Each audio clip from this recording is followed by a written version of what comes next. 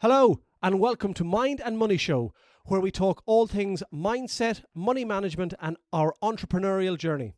Along the way, we're going to throw in some amazing guests for good measure. I'm Shane Hyland. I'm Gareth Shears. This show is going to change your life and teach you skills that school never taught you. Boom.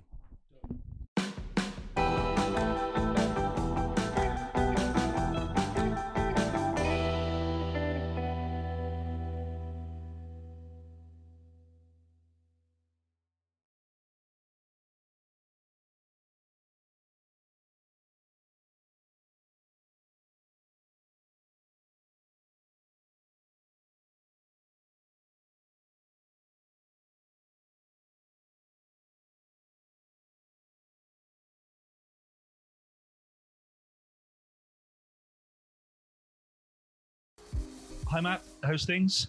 Very good. Thank you, mate. You okay? Very well, very well. Thank you for coming on. Pleasure. Looking First forward to guest it. of the new series. Yeah, the new series is kicking off. We're going forward. It's going to be a bit different, but same sort of general kind of gist, I think. Awesome. Well, I've been looking forward to it. It's been a long time coming, haven't it? We started having conversations quite a while back, so it's nice to actually, I'm going to say sit down with you both, but do this together. So yeah, I've been looking forward to it. Yeah, mate. It's been I've kind of followed your journey, like kind of when you were at S3 and stuff like that. So I kind of always but never kind of met you, I guess. But and obviously we're meeting kind of virtually now because of things. But I followed your journey and I kind of love it. But how's things at the moment though? At home? Yeah. So, like everybody, really, lockdown. But in all honesty, I have kind of same as daft. So I left S3, didn't I, in October of 2019, and then a few months later, March, obviously the pandemic hit. So Yeah. you imagine, as you said, you follow my journey. So for like the best part of a decade, and post that another agency, but the best part of a decade, I've been 100 miles an hour at the face of this business, right? So having some time out with my family, taking stock of what I've achieved really, and kind of like, getting to know myself. I know that sounds a bit cheesy, a bit better, but, staying in the four walls, just appreciating things just a little bit more, and getting out of the limelight, being a little bit anonymous up until now, so it's, yeah. So I have enjoyed the family time, and I've also enjoyed, just kind of taking a breather, if that makes any sense. Is that the big thing that come out of it, Matt? That if lockdown didn't happen, if you had sold up, and we can chat about this later, you'd sold up, would you have been straight in the deep end of something new, and the 100 miles an hour continued?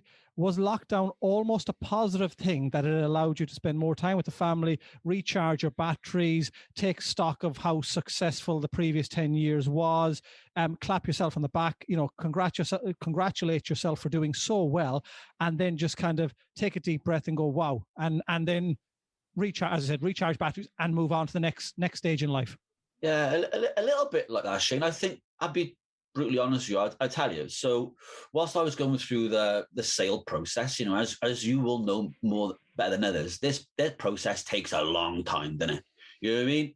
It doesn't happen overnight. So, whilst that was happening, I was kind of developing Masoa whilst I was going through the sales process, and I took a slight step to the side, so my management team could have got used to running the business without me there, even though I was kind of like there, you know what I mean? So I was building Masoa, and then when I left on the 24th of October 2019, I went straight into Masoa, bang, straight out the door, boom, boom, straight into the business, right?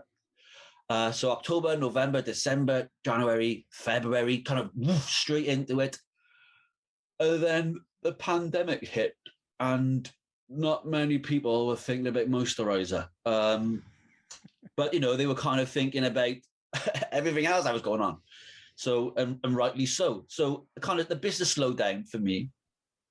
And as it was slowing down, I'll be honest, I started to kind of grieve, because I went into this business so fast, bang! I started to grieve S3, and I started to grieve the relationships I had, and kind of all the reasons why I was ready to sell. I was kind of, it was like losing, it was just such a surreal feeling, right? So when I launched S3, and I'm going off a bit now, I sat that in my attic in Barry, right? It was some dark times up there. I was like Anne Frank, you mean? And you know, sat in the attic working away. But I launched that business, and I grew, you know, it was kind of it was a monument. What I did to get to the end, you know, was just incredible. So when I left, I was grieving it, right? And I felt like I was losing myself a little bit. And it really affected me mentally. Like really, it did. And that's honestly, it did. I can't describe it. Because when you sell a business, it's such a fast moving thing, isn't it? You know, it's like legals and due diligence and forecasts and figures, and you're in it so much. You're doing this stuff so much, and you're still with your team, and you're still busy. And then with a management buyout, 25th of October, bang, I was gone. Well, I was gone. There's an emotional side to that as well, isn't there? See? Oh, that's what I'm saying. That's what I'm saying. Yeah, emotional. That was my baby. Do you know what I mean? So, and that's exactly. I think you said it. That's your baby, and you could just tell by the passion then in your voice that the kind of you were going through this kind of whole kind of sale process, which you bring in probably experts in to do everything, but there's still that connection with your staff, with your management, with the people involved, and your family's probably involved in it as well. It's not just you. Do you know what I mean? Hey, my children do not know a time that I didn't own that business. So, you know, that business fed those my children for that long. You know what I mean? It paid for them to go on their holidays. Honestly, like I defended that business. You know what the brand was known for, yeah. I was kind of my kind of reputation in the industry was, you know, kind of notorious for building a brand. So yeah. Anyway, back to lockdown. It hit me, right? So I kind of lost faith in myself a little bit. I thought, I don't want to be an entrepreneur no more. I don't want to be a business. I'm not going to be any good at it. I kind of thinking myself, you know, I'm not feeling sorry for myself, but that was it. So anyway, I went fishing every fucking day, right? The fishing was no longer a hobby. It was a job. Honest to God. If I went to the peg around the lake and someone else was sat there, I want to phone throw them in. I was like, I was literally measuring the fish. I was making videos of me riding the fish. I got so competitive with it. I was like, yesterday I caught 2 tench. Today I can maybe catch 4. It got to the point where I can show you a video, right? I was sat by this lake. It was howling down with rain, like baseballs coming down, never mind golf balls, right? Smashing down. I was sat underneath this umbrella in the middle of nowhere. No one else, nobody mad enough to find their way to this lake, right? Middle of nowhere. And I sat there, I thought, what am I doing? What am I doing? I've invested heavily into my sower. Guys love it. Come on, Matthew, let's do it. And now it's the 2nd of October, right? So I haven't been fishing since that day. I'm going back soon. I need a break. But I just had, and then I started working with Dan, which has been amazing. And then I started to believe in myself a little bit more every day, right? Bit by bit.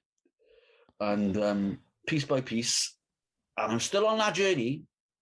So yeah, boys, really, that's what I did. I just started to look back and think, I didn't achieve all that by mistake. You know, I did that because I was fucking good at what I did. Wow, superb. Sorry, boys, going for the tangent. Yeah. No, mate, that's good. When you said about the management buyout, Matt, did you mentioned about the timescales? Because I don't think people realize when they're looking to sell a business, how long and how much work is involved in it. Did you know from a period of time out when you needed to get out?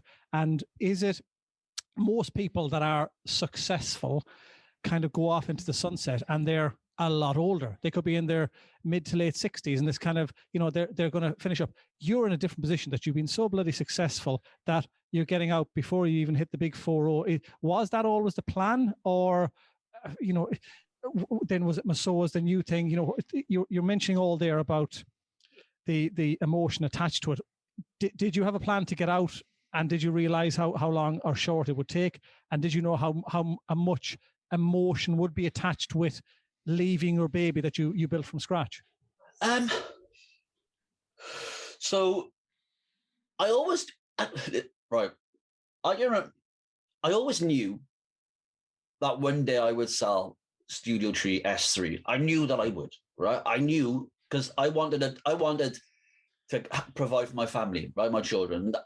Because that's what I wanted to do one day, right? S3, throughout it's always been like when I was there, it's under different management now and they're doing great. But when I was there, it was very culture led, very kind of aggressively ambitious, very kind of, keeping Welsh talent in Wales, going after big national brands. And to do that, to be able to build a business like that in Wales, really, for me, I had to kind of create this persona. Do you know what I mean? Like, and, rightly or wrongly, I ran an advertising campaign, same with the only national advertising agency in Wales, which, wasn't true. But I got people paying attention to us, and I kind of grew the brand. So the first, say, 5 years was all kind of like culture and winning business and building this amazing brand and going into one central square and like putting a cinema in there, an 18,000 ball pit and an 18-hole golf course. It was insane. And doing all that was amazing, absolutely amazing. And then the final couple of years for me, more staff came in, and then we kind of the attitude, rightly, changed to more of a corporate world because we were looking after massive budgets, and the clients we were dealing with wanted a bit more of the kind of they didn't want it, they needed it. So we needed to try and change the dynamic of the business. We brought in some very clever people, and the dynamic changed. So for me, I thought, well, this is a time for me now to sell, and I didn't sell out; I sold up. There's a difference, right? Selling out means I'm gone. Selling up, it was a time for me to move on to something else and let these people who have been running the business, and bringing these new clients in, take over. So I was very instrumental right the way to the end, but that was the right time for me. I felt I'd achieved all that I set out to do. Because years ago, when I was working in media, I'm on about a long time ago now. So kind of the agency market in Wales, my opinion, was kind of sleepy in comparison to that in London, Manchester, and Liverpool, right? So I wanted to create something that was fun and engaging and disruptive and bold. And I did that. You know what I mean? And then when we were growing and the businesses were getting bigger, that stuff was still important for client and employee engagement, but I felt I'd done what I needed to do. So I was ready then, Shane. I was ready to start the process. And we had a couple of offers, and conversations with other agencies outside of Wales. And, I did explore those opportunities, but then it would have been too much change to the business. And also it would have been undoing what I set out to do in Wales in the first place. So my management team are fantastic people. So I had the conversation with them, and that process took about 12 months. That's how long it takes. You don't have because they need to because they have to take their time and think about the responsibility of what they're about to take on, isn't it? You know what I mean? It's a big thing, Yeah, with great power comes great responsibility, doesn't it? And that's effectively what it is, to quote Spider-Man. It's true. Yeah. But it's true. But do you know what? It's a commendable move what you did, because I think there's so many business owners out there who get to the level of the business and are too scared to go, actually, this is potentially above me, or I've got to the point where actually it's now moving into an area that I don't really want it to be. It's now going to become more corporate, so I need to step aside. Yeah.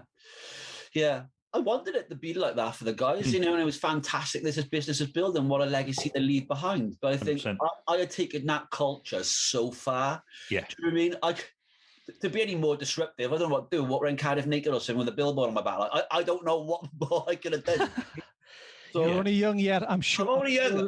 I'm sure that might happen at some stage. I'm sure it worked. It worked for Michelle. It worked for Michelle Moan, didn't it?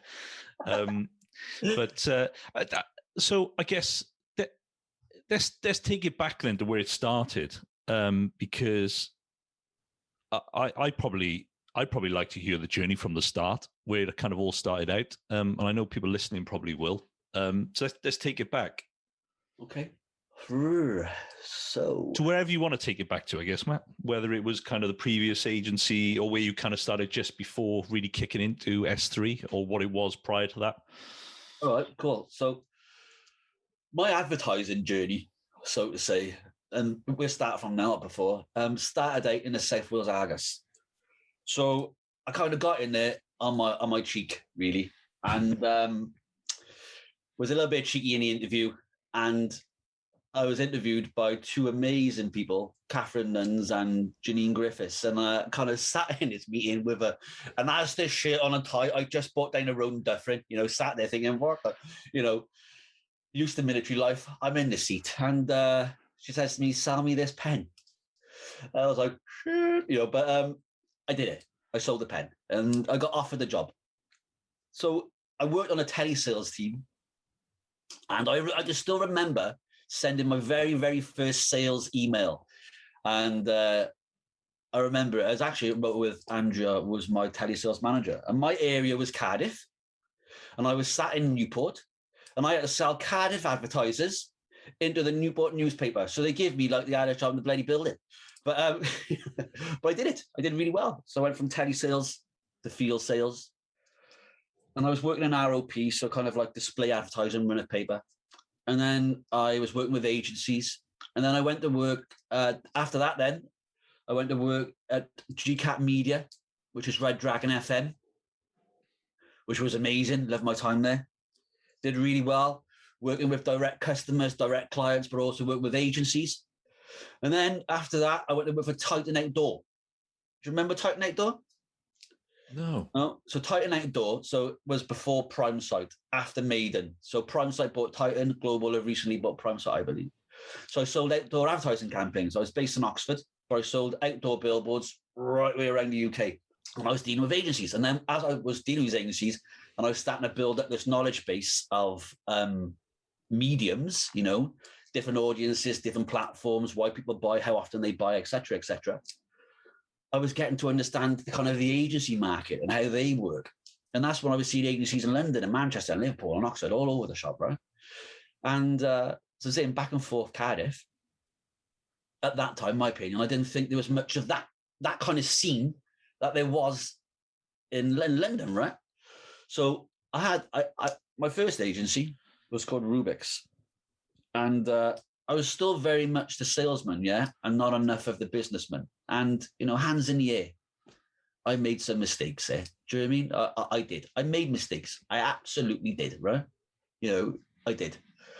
And I lost that business. But it would have been easy for me to take the job in London I was offered and just go.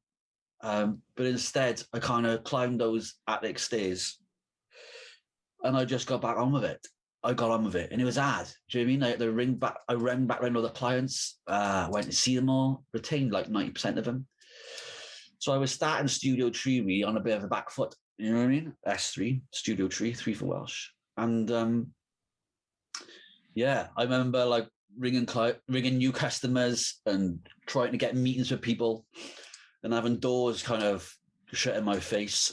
It was tough, you know what I mean? But I just kept at it and at it and at it. I was absolutely relentless, as I am with everything. It just, I'm an absolute nightmare, man, I suppose. So I just kept on it and on it and on it and on it. I did not stop. And then one of my first customers was the Millennium Stadium. Get in. Then it was the Motorpoint Arena. Alex Otley booked loads of media together, really looked after me. And then Trade Centre Wales, dealing directly there. Mark, amazing guy, helped me all the way through. And then one client turned into another client, and then we got really strong in entertainments. Then we got strong in motors. And we started my first office out of the attic was in Castle Arcade, upstairs. Honest to God, right, you couldn't swing a cat in it.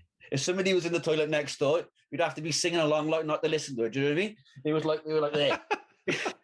Honest to God. In a boardroom, we'd all be like, I'm in meetings and, you can't see me. But, it was so confined and tight in it. We outgrew that, and then we moved to Jones Court, which was amazing. And we took on some really clever staff. We kind of grew. But all the while, different people in the industry, didn't like the fact that we were kind of growing, kind of shaking things up a little bit. Kind of got on me a bit. So that's when I ran that advertising campaign. And then we're the only national advertising agency in Wales, which we weren't. It was loads of them. But we did it. It's advertising for you, that, isn't it? So, and then we went into Jones Womenby House. We grew from 5 people to 15 staff. And I used to drive into work going past 1 Central Square, right? Hole in the ground, 2 cranes.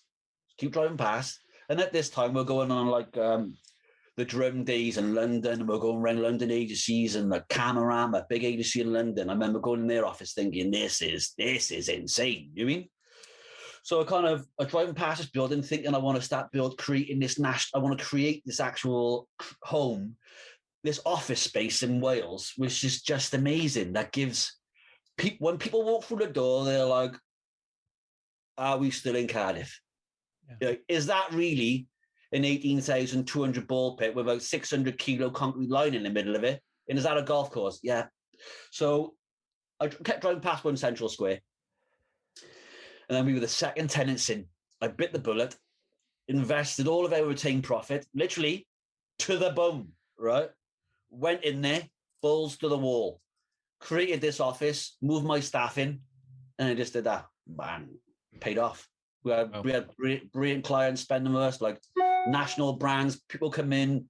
That office was actually ranked the 2nd coolest office in the UK. We beat Google, but we got beat by Red Bull because they had a plane in our office. So I was going to hang a plane over the ball pit. I couldn't find one.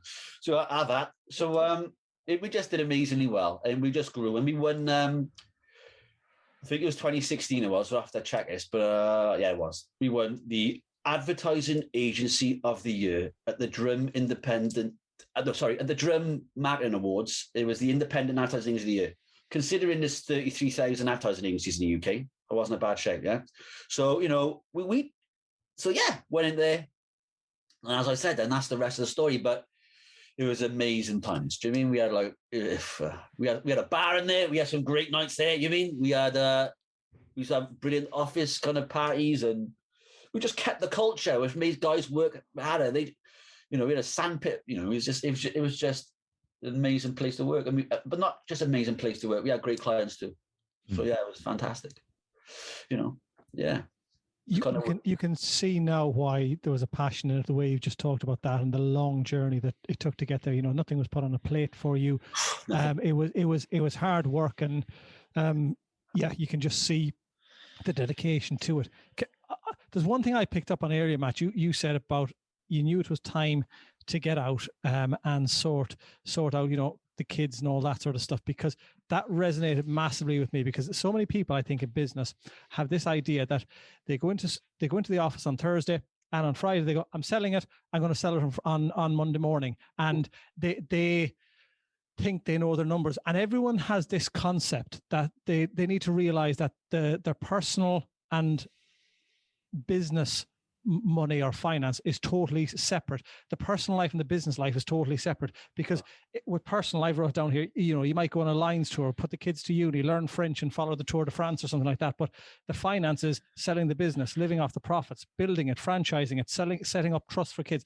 That it has to be separate. And I think it sounds like you realized early enough that you made a proper decision to get up, to sell up, to ensure that the future was taken care of, without where most people think the business is my future and all of that. Such a good, it's absolutely Shane. So if you're in a business and you're taking a decent salary, which, you know, you'd expect that you would at that kind of level, you think, you know, you're doing all right, aren't you? You know, and you put, you know, if you're responsible, you put your money in your savings, you got your own investments, you got your ISAs, your trust, whatever. Yeah. But if that business is worth something and there's equity in it, you need to start thinking about that, don't you? Because otherwise, the idea is you sell when you're on the way up, man. You know, you don't sell when you're plateauing, or when you're on the way down.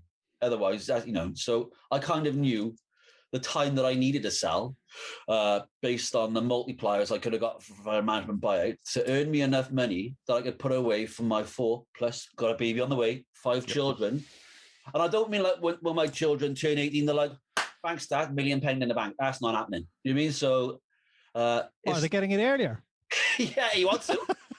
He keeps on asking me. No, you're gonna. So it just help them on their way in life. Do you know what I mean? Like towards a new house, towards a car, when they get married, their first child, those type of things. University. Is this a thing that you can basically I know I'm harping on about it. You've seen the opportunity to sell up. Now you can as you said, you called it an equity, and I presume you could have stayed there for the next 20 odd years, and you could have taken a bit of profit out each time.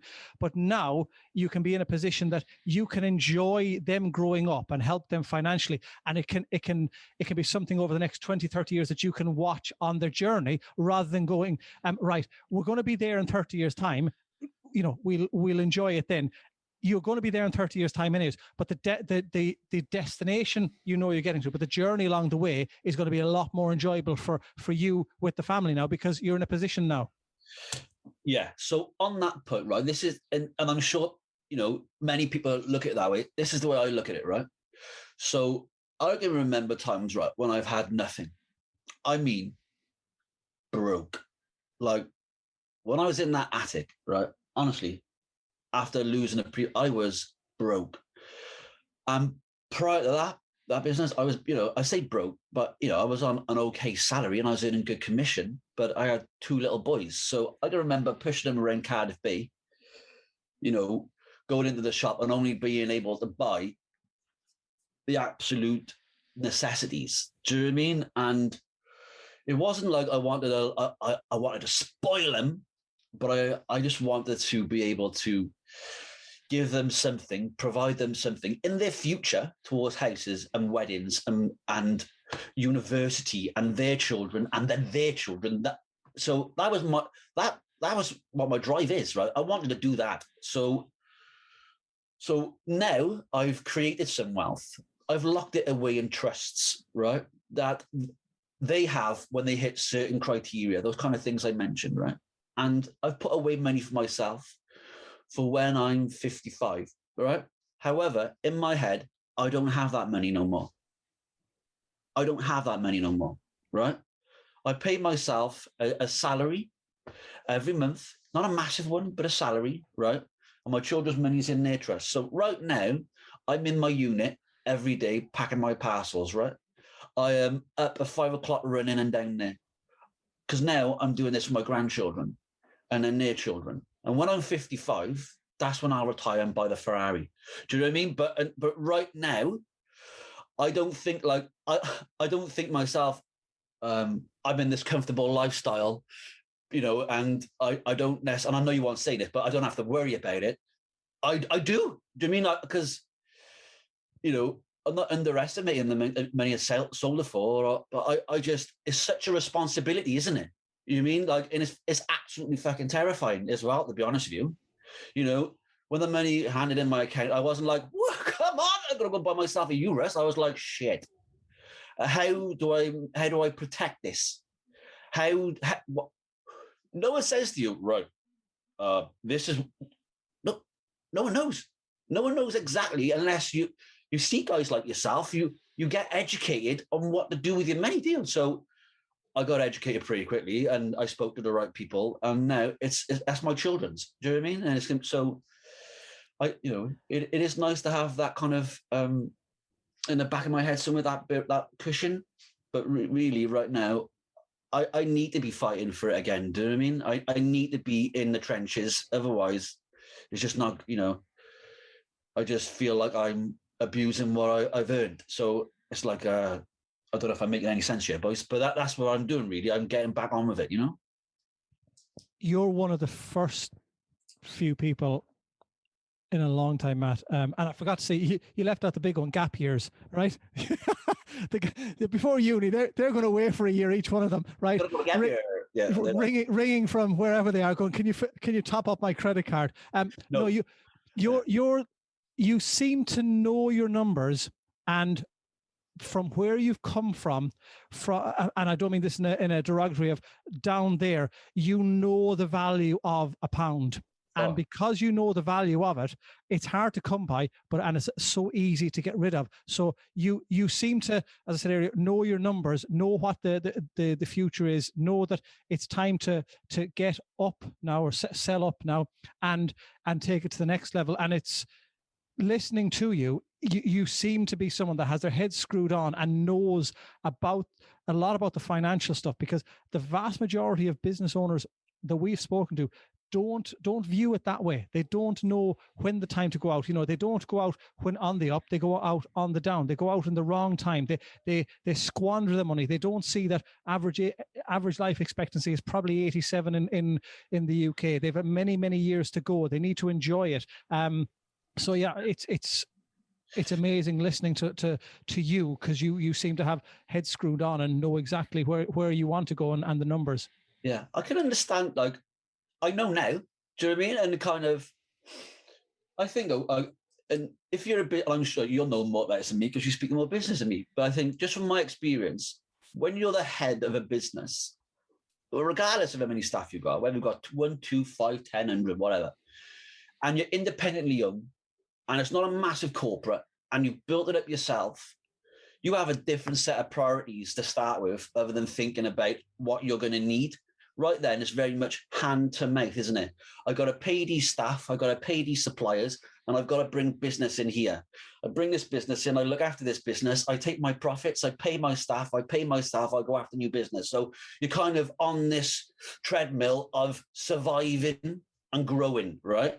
And you're on this treadmill to the point where, and I'm not saying this for everybody, but when it comes around, when you get an offer, that comes into your head then, doesn't it, actually?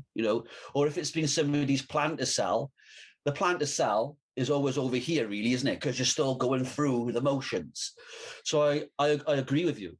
Lots of business owners, I'm sure, not all of them, but like in my kind of people I know, we need to be better educated on that, because what are we actually creating? If somebody has a plan to stay in a business forever, fair play, no. But if somebody needs to start planning for their future and their children and their children's children, then they I think my advice would be get clued up on it, because you don't want to miss out, do you? It's financial freedom. It's knowing your numbers, but having the ability to do what you want when you want, without the fear of ever running out of money.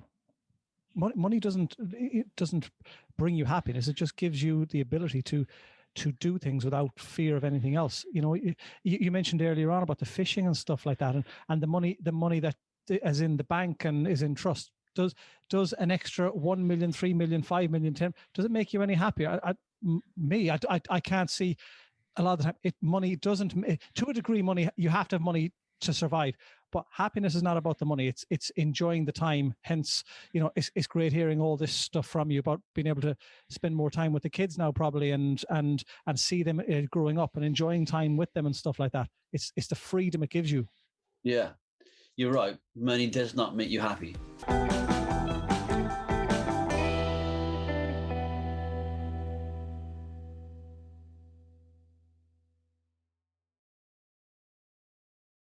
Thanks for listening, and if you enjoyed this episode, then please subscribe and remember to follow us on social media for more content like this.